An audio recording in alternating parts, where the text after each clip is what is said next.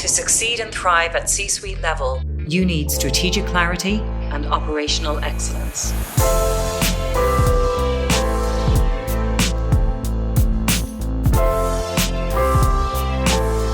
How are you doing? It is time again for the C-Suite Framework podcast. It is mid-November, and if you're listening to this in real time, it is probably, if you're in the UK, cold, wet and rainy. I am just back from beautiful, sunny Cyprus, where I had the honour of giving a keynote speech at their inaugural risk management conference managed by AGRC, the Association of Governance, Risk and Compliance. So check them out at agrc.com. An absolutely brilliant inaugural event. Such a hunger for networking, collaborating, exchanging ideas from the people at the event. It was the first one. I think we had about 110 people there, and it's only going to grow from there. Lots of talk, by the way, at the conference about the topics of AI, not surprisingly, about crypto and some really interesting insights on crypto, including something called crypto staking, which I had never heard about before. And I'm going to try and get some guests on to talk about that in the future. And of course, geopolitics. And you don't need to tell the people of Cyprus about geopolitics. Their sheer location in the world and their history means that they understand very, very well how geopolitics impacts business. So really fascinating. And I'll try and write up some findings from that at some point. I also spoke just yesterday at #Risk, which is taking place in the Excel in London with CEO Ryan Swan of Risk Smart and MLRO Ross Osborne from Rippling. We talked all about data, and we talked about having the right amount of data, having insightful data, about data driving real decisions and not just being served up and, endless PowerPoints and so on, but actually leading to action. And that's a theme in today's podcast, actually, with Charles Skinner.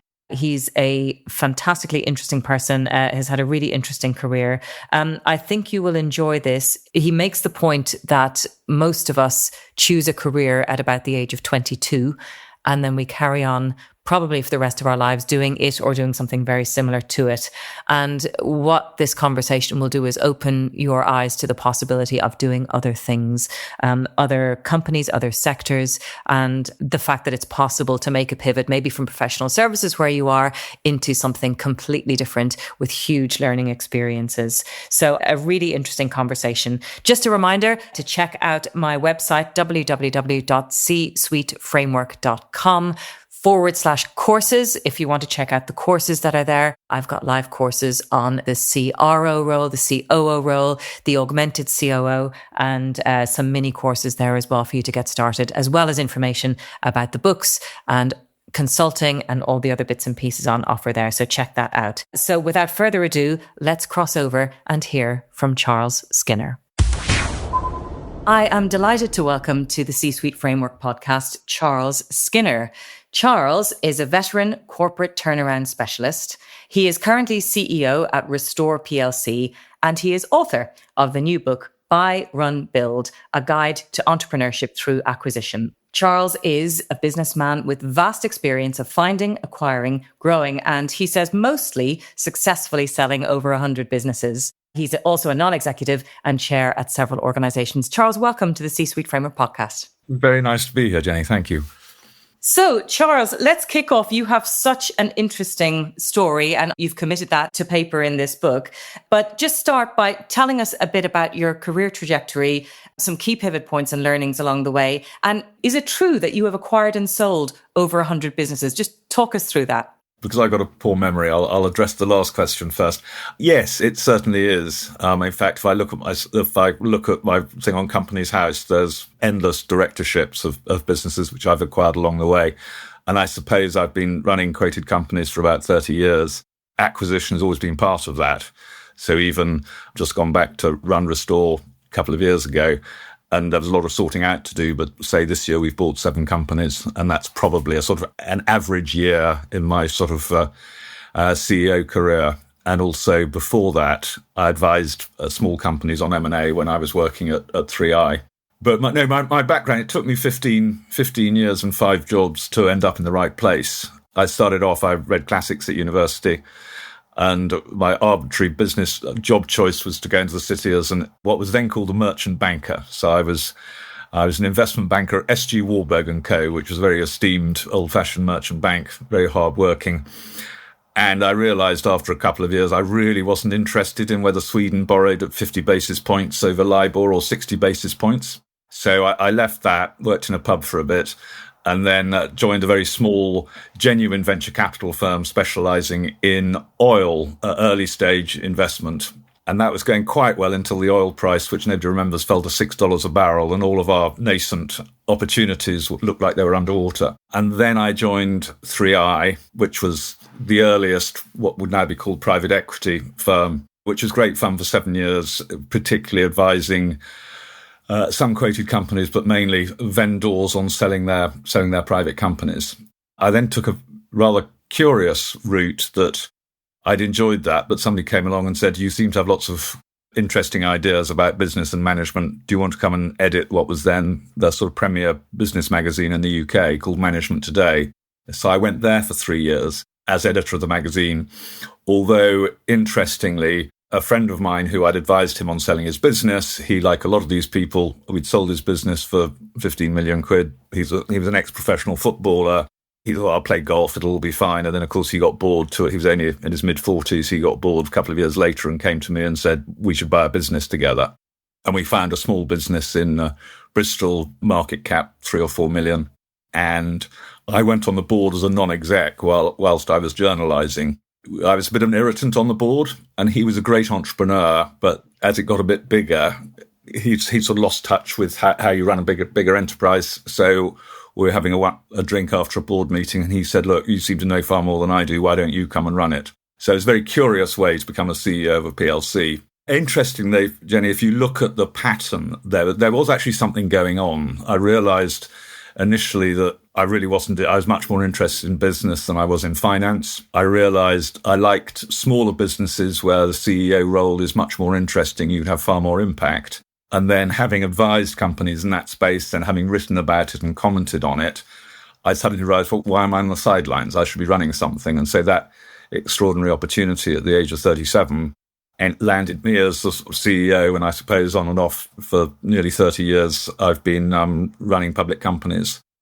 There is something there, isn't there, that you weren't satisfied. You were seeking something, and you were finding yourself in the earlier roles frustrated or not interested or whatever it was, and seeking. And I just find it so encouraging and refreshing, even, for someone at my stage in my career, where I've done 25 years in financial services. I'm doing my own thing at the moment, figuring out what's next. And the thought that is still wide open, and there are so many paths still available. And you make the point, Charles, that most people stay in the career that they chose at the age of 22. And I had never really thought about that, but people do, right? You make a decision in front of you, chart accountant, business consultant, whatever it is. And some people never pivot. Can I ask, aside from your own, with all the people that you work with, have you seen successful transitions, say, out of banking, financial services, consulting into the kind of work that you do? And maybe what makes them successful? I think there's quite a few people who probably a bit earlier than I did sort of realise it might be when they're 30 or so, they go, I'm in the wrong place. I mean, interesting. I've just advised the son of a very old friend of mine, and he and a colleague, one of them had actually been a helicopter pilot in New Zealand, but had then ended up at Goldman Sachs. And he was a qualified accountant who ended up with Permira, the private equity firm. They met at the London Business School, and I had quite a lot of chats with them, and they're now running a vehicle leasing business in Crewe. So I think if the desire is there, and they have extraordinary energy, they're clearly up to speed with the sort of stuff which the person they bought the business off, who was 60, 65, worked in the industry all his life, just they're bringing a lot of new ideas to that. So that's an example of a pivot. And yes, fortunate enough to come across a lot of interesting people, particularly when I was editing Management Today. And a lot of people do just go, I'm not in the right place, or blimey, that's an opportunity. Or actually, quite often, as with me, just luck plays a huge role. And you go, a bit like you say, like you moving around in your career, something happens and you go, actually, I can do that. And a lot of it's about confidence, personal circumstance, etc. But I think even in terms of personal circumstance, what I'd say about entrepreneurship through acquisition, which is what I run build majors on, you can move into these businesses and get paid immediately. You're not having to sit at your kitchen table worrying about whether anybody's going to buy your product. Actually, a lot of these businesses are pretty cheap. They're up and running already. It makes a lot of sense and is very easy. You've got to bring something to the party, obviously. You've got to do it better than if it's a retirement sale or if it's a divestment from a big company. You've got to bring something to the party. To me, it's really about creating the luck in finding the opportunities. Yeah, having the conversations, being in the right place, just looking around, probably kissing a lot of frogs before you find a prince. And your book, by the way, it is fantastic. I kind of read it quickly once, but I want to go back and read bits of it again. But, you go through areas like, as you said, kind of identifying the kind of thing that interests you, company size, where you work best, all that kind of thing, ways in which you can get in the game, even if you don't have a whole lot of capital to bring to the table. And there are ways around that. And then, lots of stories about like mistakes, speed bumps, learnings along the way, which are really interesting. Just to kind of round out the question about the sort of the pivot. So you, like probably a lot of listeners to this podcast, have, had a range of like finance, banking skills and so on. And then you moved into kind of running businesses. Are there any particular learnings or skills that you feel in that transition that people would need to pick up to be able to do what you did? I don't think so. I mean, it's clearly, having worked in the city for a couple of rather poor years, part of which was as a fund manager. I was a graduate trainee. Actually, just along the way, you pick up a lot of familiar. It was helpful for me running PLCs to have seen the other side of it. But generally, you can't have the full skill set. I suppose I'm not a particularly good salesman. I understand that that's not something which I need good salespeople around me. I think I'm good at managing people, spotting decent people, which is really important, particularly when in my career I've done laundries, I've done tool hire, I've done storing bits of paper in cardboard boxes. There's a theme there, which is B2B and recurring revenues. But I'm very happy going into specific businesses where I need people around me who know stuff. And I'm probably reasonable, having made so many mistakes, reasonable at people management, which is a core part, which is the key part, really. I also have got reasonable financial skills. I'm good at M&A. I can talk to investors. I've got a vague idea what banks want. So that's the sort of part of business which I tend to focus on, rather than don't ask me about new product development. And if you show me a tool hire catalogue, despite working it for 10 years, you could pick out an awful lot of things there and I wouldn't have a clue what they do. Yeah. So being very self-aware and I suppose the fact that and nobody is brilliant at everything, but being self-aware and having enough, as you say, to bring to the table. Let's dig in a little bit more to the people side of it, because I thought your people chapter was really interesting, right? Because it's just interesting to see your philosophies come through. One of the things that I loved that you said, for example, was much of the art of talent spotting is understanding people's ambitions. Say a bit more about that. It's really just about talking about particular instances. So, for example, when I was in the tool hire business, we had a branch which was doing very badly in Hell's Owen, and the new manager arrived, and he'd worked for another tool hire business, and before that he'd been a McDonald's manager. And I thought, blimey, Billy's turned this thing around in 6 months. It's gone from being a problem to being a star. So I always like to get around all the branches and all the sites in all the businesses I'm there. So I popped in to see him in Hell's Owen, and I said to him, Billy, you're what have you done? And he said, I've just been, applied common sense. But actually, I've probably done this. I'm probably ready to move on. And I said, don't move on. Give me 6 months. And 6 months later, he was running the Birmingham area for us with 6 branches. And 2 years later, he was running 35 branches, absolutely brilliantly. Conversely, funny enough, in the same industry, we had a brilliant guy running Gloucester, Roger, and I said to Roger, look, you are running one of our best branches in the country. I think we'd like to spread your skill set around other branches. And he said, why would I want to do that? I run the branch. You pay me good bonuses when it works. You're mad, Charles. No, I'm really happy where I am. So some of us who are ambitious don't get the fact that we want to move up the greasy pole or whatever, but not everybody does. I have no problem with people who just want to do their job brilliantly day in, day out. But when you see somebody doing their job brilliantly, you have a chat with them and say, where do you think you want to go? And also try and say, well, if you were to hang around, I'm sure there's something I'm going to find for you. So talent spotting it's about understanding who's doing a good job. But it's also about understanding that actually your best IT programmer may not be your CIO.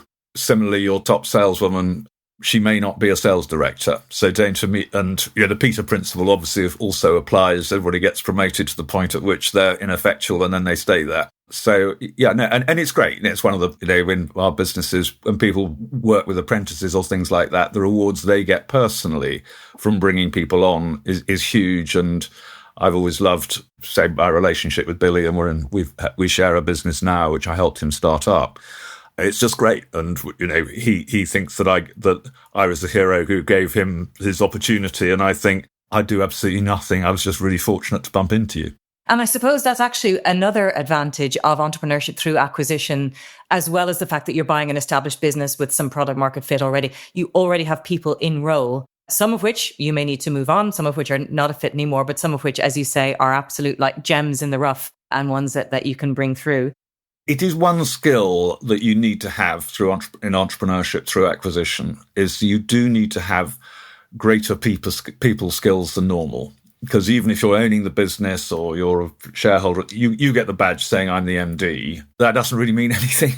So going into a business where you're the MD, COO, CEO, and getting people on board and making sure they don't think you're the sort of latest Wally to take the job or somebody who's bought into it to do.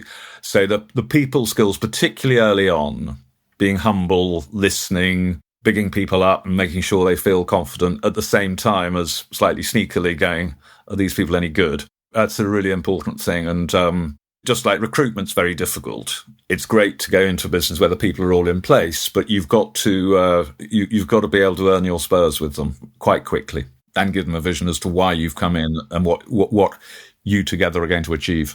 And the book is full of anecdotes about, you really do get out and go to all your branches and sit there and and poke around and have a look in the stock room. And, there are some hair raising stories about, when you would go and look and find the inventory and sort of then realize that it's all obsolete or outdated. I think you gave the example of uniforms that like for a company that no longer existed and things like that. But it's very, very clear, like you got to get out and get your hands and be right there in the middle of it all. You don't have to do much, but you have to take nothing for granted. So if somebody says, oh, this is fine, the business looks like it's in trouble, but there's lots of working capital, you just squeeze out 10 million of working capital, we're back on the road again. Sorry, what is the working capital? In that particular case where we almost kind of broke into a warehouse to say there appears there's 10 million of stock here, but it doesn't look like it's moving very fast because the lock's rusted. And then you go in and you find a whole load of polo shirts from a supermarket which went bust 10 years before, and that's your stock. And also, I think the other thing, Jenny, is I've made so many mistakes. That particular opportunity which I turned down because of that, I was on the back of having made a massive mistake. I learnt so much from that. It's about not taking things for granted. And also, I get round all of our sites at least every 9 months, and we've probably got 120 of them in the UK. Quite often I'm just there for 20 minutes. Just saying people like to see the CEO, but also a bit of talent spotting, bit of checking, has anybody bothered to clear out that junk at the back? That all tells you quite a lot. And also if you're there, it's another slogan of mine, which sounds very aggressive. It's you run towards the gunfire. So if you pick up, particularly as a CEO, you pick up something which isn't quite right, somebody, you're in a branch and you see that there's some stuff which just shouldn't be there. Don't sort of go, I'm sure that'll be all right at some point. Find out why it's there. And it's tempting, isn't it, sometimes, I suppose, not to pull on the thread, right? It goes back to, I was supposedly on holiday in the 80s with a friend who was a journalist in Nicaragua when the Contras were fighting the Nicaraguans. And we came under fire. And I just, the human reaction is just run, run, run. But I was with a photojournalist there was quite a lot of ex-Vietnam people who were looking for fun in Central America then. And he just sort of slung on his slack jacket, got his camera and went, okay, this is what I do. And he ran towards the gunfire. I ran in the opposite direction. But my tip, and I always say to all my managers, the moment you hear something which isn't right, run towards it, find out whether it's firecrackers or whatever, because the natural human reaction is to go, I'm sure it'll be okay. But all of the people I work with run towards it's a rather silly military expression, but if you hear something, it is your job as a leader and a manager to work out what the hell's going on and whether there's a problem, and if there is, get stuck in. And perhaps the more resistant people are when you do run towards the gunfire, the more of an indication that there really is a problem that you need to take a look at. If people try and brush you off, and one of the great things about owning or running a business is you can ask really stupid questions. You probably have a window in which it's okay to ask stupid questions. No, absolutely. If you don't understand anything, even, I've been running Restore on and off for 15, 16 years. And people use an acronym, or it will be in a slightly different area, or they'll talk about a certain customer being a bit tricky or whatever. And I don't know who the customer is. Just say, sorry, who is BP? And they say it's the biggest. Oh yeah, okay. But just nobody minds, and also asking really, really simple questions. Sometimes they're the hardest for people to answer, because people have made assumptions which you've got the luxury of people being prepared to think he was a bit of an idiot there, because they know you're not an idiot. I agree. I think some of the most effective questions are the most simple. When somebody says, I just want to know X over Y, what are the number of successful customer sign-ons over the number of applications, and you can't dodge it, right? I literally want two numbers. I want X over Y without any padding. And that's sometimes where clarity comes. Oh, it was interesting. I was talking to one of my managing directors yesterday, and we were talking about a particular customer and a particular type of customer. And I was saying, so how much are we making out of them?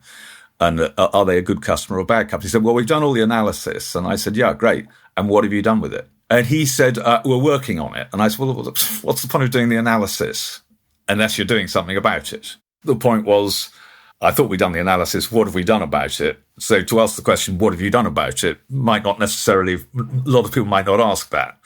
And he sort of went, yeah, we're working on it. I went, stop working on it, do something. And actually, that really resonates. So, my background is more sort of risk and operations, but I talk an awful lot about the fact that, we do, in risk, like we've created this whole industry of risk and control self-assessments and risk libraries and control libraries. It only matters if there's some insight coming from it and if somebody takes some action about it. And sometimes the sheer act of gathering all the information and falling over the line and, turning up at board with the presentation is as far as some risk teams ever get. And so I make that point the whole time. It's kind of what's the point of doing the work if it hasn't actually led to either an insight or an action? Yes, I mean, too much of particularly in larger companies, it's about process. So we have a quarterly risk meeting, which is attended by I hate meetings of more than 6 people, but actually we have to have about 12 or 14 in on that. And the whole time one is trying to not go through, well, what's the score of that? What's the risk, etc. One's going, so what is the real problem here? Why is this a risk? As I say in the book, when things were going really, really badly at a business I was running, this was before risk registers were in vogue. God, it must be nearly 20 years ago. And I actually did write my own risk register. And when, what is, without thinking about it, what's the probability and what's the impact? I reviewed that actually when I was finishing off writing the book. And basically, I was crazily optimistic that and also what I hadn't understood was that actually one risk, you get your credit insurance pulled, which happened to us, and that immediately, what's your relationship with the banks? The whole thing unravels really quickly. So you're also looking at the connectivity of various risks. But all of those sort of committees, particularly the risk committee, it's not, if it's a box ticking exercise, just don't waste 14 people's time. You've just got to be asking all the original questions the whole time. Or even if, recently we were very eco-friendly in our business for many, many reasons, primarily because we want to be a good citizen. But everybody's talking about everything. You go, well, Han, let's just bring this back. What are our biggest expenditures? So it's buildings and transport on top of people. So what are the key areas in buildings and what are the key areas in transport where we can do better? So let's not worry about anything else. Let's start with those. Have we got power-saving lighting in all of our buildings? Have we moved all of our heavy vehicles where we can onto vegetable oil rather than diesel? And then you sort of slowly knock things over by prioritizing them. But you've just got to keep asking the really basic questions early on. And now we're into great sort of detail on other things. But the starting point for me was not 20 things. We're just going, what are the two areas where we most impact the environment? Let's focus on those. And when we've knocked those over, as I think we have, then you move on to the next stuff. rather than ending up sort of talking about something which the impact is trivial compared to the big areas. I love that, because there is such a fear. I know why people do it, to try and cover everything. And, you've got 100 actions and all that kind of thing. And one of the things I do when I go into a department or a company or an organization, and I have, held the mirror up a few times, and I have found in 2 situations around 120 individual projects underway in an organization where people cannot possibly multitask and everything inches forward rather than getting something over the line and getting it completed. And so I didn't expect this to become a conversation about risk and sustainability, but that point about let's focus on these 2 big things. And when we get those done, then we'll move on to the next 2 or 3 or 4.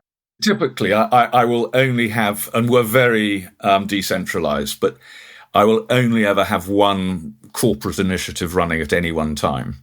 It might be we must get 95% of our team fully trained on health and safety. They've got to do all these modules. And I know it's really difficult when you've got truck drivers who don't necessarily have internet access, etc. You go, right, this is what we're going to do over the next 9 months. In 9 months' time, I want every division to have that. You can't get 100% because people join and leave, and then somebody did the test 3 years ago. Everybody's got to get to 95%. That is our HR initiative. And that's the only group initiative we've got running at the moment. That was the only group initiative at the time. And then you can also say to everybody, look, I've only asked you to do one thing. It's a bit like a board paper. I always write board papers of 3 pages. I start with a blank sheet of paper and I think monthly, what are the most important things about the business? And I don't write it by rote. You just go, this is what I'm lying in bed thinking about. This is what's important to me this month. How refreshing, because I think we all fall into the trap of just rolling forward the last 30 slide deck and, we did this last month, so we've got to do it again. And allowing yourself the freedom to say, I'm going to talk about, fine, the papers are there, you can read whatever's there. I'm going to talk about what I feel we need to talk about, which is these 3 things. And I think another point, Charles, that people maybe miss is we think of initiatives and projects in terms of money, right? So what's it going to cost us? But what we don't think about is management attention and political capital. And I think choosing to deploy your political capital and say, right, this is the initiative I'm putting my weight behind. It's actually in Barclays, they used to have it, it's not anymore, but they used to have the idea of 10 projects and the most senior people acting as promise keepers to get those 10 projects done, but no more. And I love that, right? I love that accountability. It's all about accountability, and management is broadly about sitting down with somebody and saying, what are we trying to achieve? Okay, we're trying to achieve this. Right. What do we need to do it? Yep, we need that. Okay, go off and do it. Tell me when you've done it. Get on with it. And then tell me when you've done it. And everything is about whether it's financial, whether it's how much health and safety you do. I had another initiative a few years back, which was I want every customer across the whole group to be on the same Rolodex. So I don't want to have a massive CRM system, but anybody we touch, I want anybody else in the business to be able to say, I'm doing work for Westminster Council. Okay, Westminster Council has to be on our Rolodex. You don't have to, that's a thing. And that was quite a big initiative to drive through, but you just keep it very simple. And also in terms of managing people, even when it comes down to people not doing the right job, I used to get it wrong, whereas now it's probably not right up HR's street. But basically, if somebody's not performing who's senior in the business, there's only 3 meetings you have. You have the first meeting to say, this isn't going very well. What do you need to make it go well? And then probably a couple of months later, you go back and say, okay, so we did all these things. It's still not going well. What else do you need? How can we get it right? When you come to the 3rd meeting, basically a senior person will say, how big's the check, Charles? And I mean, the thing about that is there's no surprises at that point. No, and nobody can complain. You've made it completely clear. You've agreed what you're going to do, why you're doing it. They're going to get on with it. They can come back to you and say, this isn't working because of that. And you go, fine, okay, how do we sort that out? But once you've agreed with somebody what the sort of contract is between you, if they continue to let you down, then both of you, I've started a meeting saying, I don't know about you, Sue, but I don't want to have any more of these meetings. I don't think I've ever had anybody turn around, and not that I'm firing people left, right and centre, but when it happens, I don't think I've ever come, in the last 10 years, I've never come across somebody who's gone, you've got this all wrong. And also someone can be very humane and remain friendly and say, look, no, this just isn't working for either of us. It may well be me asking for the wrong things, but that's where we are. That's where we are, Fred. Yeah, and it was interesting. So as someone, I've co-authored with Anne Kiley a book on how to be a chief people officer. And so my hackles were slightly raised, when you said that you didn't really believe in the role of the chief people officer. But the more I read your people chapter, it was more because you personally and you believe management need to own their people processes. So you want HR support. It's not that you don't believe in people management. You can't outsource it to someone. To some extent, it's specific to the type of industries that I work in. So I tend to work in blue-collar service industries. And the reason somebody gets from sweeping the floor at 16 to being the managing director at 45 tends to be they're really good managers.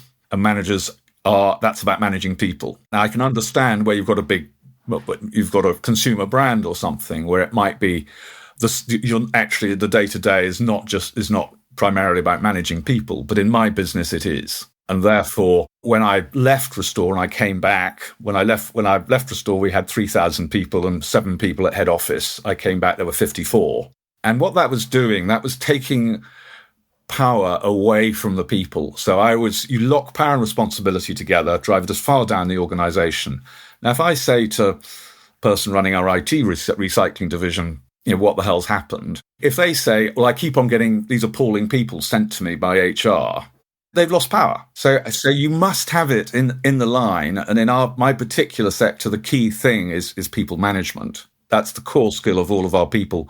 Why would you outsource the most important element of their job to a third party? It's just crazy. And it actually can apply to other areas where I want people to have responsibility and power. If they haven't got responsibility power at some level to control their properties, and properties are really important to us. So our top leadership gets involved in properties, but I can't foist a building on somebody and then say, achieve 20% margins. And they turn around and say, well, if my rent wasn't 20% of revenues, I'd give them to you. But, you told me to occupy this building. So at every level, one's trying to lock power and responsibility together and make sure that the people you're asking to do things have agree that they want to do them and they got the power to implement it. So in my particular business, having a chief people officer determining what sort of people we should recruit, it was nonsensical. This podcast is brought to you by the best-selling How to Be A range of books. These books, authored by me, Jennifer Geary, in collaboration with other seasoned experts, break down roles such as the COO, Chief Risk Officer, Chief People Officer, and Chief Sustainability Officer into their component parts. They explain the technical capabilities you need, but also how to operate at this level, preparing yourself, getting to know your peers, engaging with culture, strategy, building your team, and much more. Over 30,000 books have been sold, and the books have received overwhelmingly positive reviews. There's even a book about the role of AI called The Augmented COO. Check out the books, available on Amazon and Waterstones now. I love what you say about the businesses that you like to work in. I'm going to quote you for a second. You say, I'm a big fan of unsung, unfashionable sectors, such as tool hire, laundries, storing, scanning, shredding paper, office removals, IT recycling, self-storage, and so on. This is not glamorous, Charles. No, but it's fun. I mean, I find people in not necessarily blue-collar industries, although I've tended to work in them, much nicer than anybody else. So it's a really good space. You can see that there's constant demand for these things. A lot of people end up, everybody wants to work in film or something. I mean, what a sort of nightmare. It might be glamorous or whatever, but it's a nightmare. I mean, I've had a catering equipment hire business, which people like because we used to move all the kit around. It used to start with Chelsea Flower Show, and then you'd move it to the Lords, and you move it to the Grand Prix, and then you move it to Wimbledon and all the rest. And actually, people liked a bit of glamour there, the fact that they were, I'm running Wimbledon. But actually, at heart, we were doing, we were getting chairs and tables in the right place. So I just like businesses which have got a logic to them. Fortunately, I've been very lucky that every business I've been involved in has had the morality of them has always been great. You're shredding paper. That's really important for recycling. You're storing documents. They shouldn't be stored in central places. So the outsourcing area is mine. I'm not too fussed about when people say, well, occasionally, and I don't say this to my people, but my people, that sounds very patronizing. But when I sit next to a whole load of bankers and they say, what do you do? I say, I run grubby businesses. If I'm really lucky, I might once have met the facilities manager in her office in your basement. She's my heroine. The book is just filled with anecdotes, successes, failures. You've not held back in terms of, the mistakes and failures and everything else as well. But I guess just to finish up, tell me a bit about the book writing process. So why you wanted to write the book, how you found it, and maybe, I know it's still very new, but has it opened up anything new to you that you hadn't expected along the way? The book was started in 2008. I'd run a laundry business for 8 or 9 months. I'm a bridge player and I was dealt a really bad hand and I played it abysmally.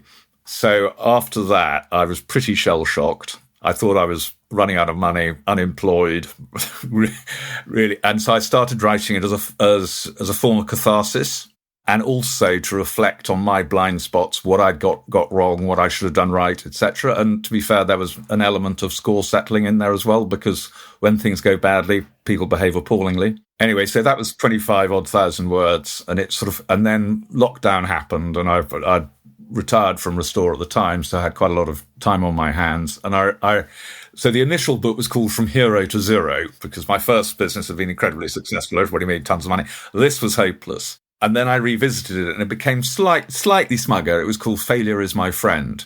So I was reflecting on the lessons and how, with Restore, the business went from being worth 2 million to 600 million. The shares were a 50 bagger.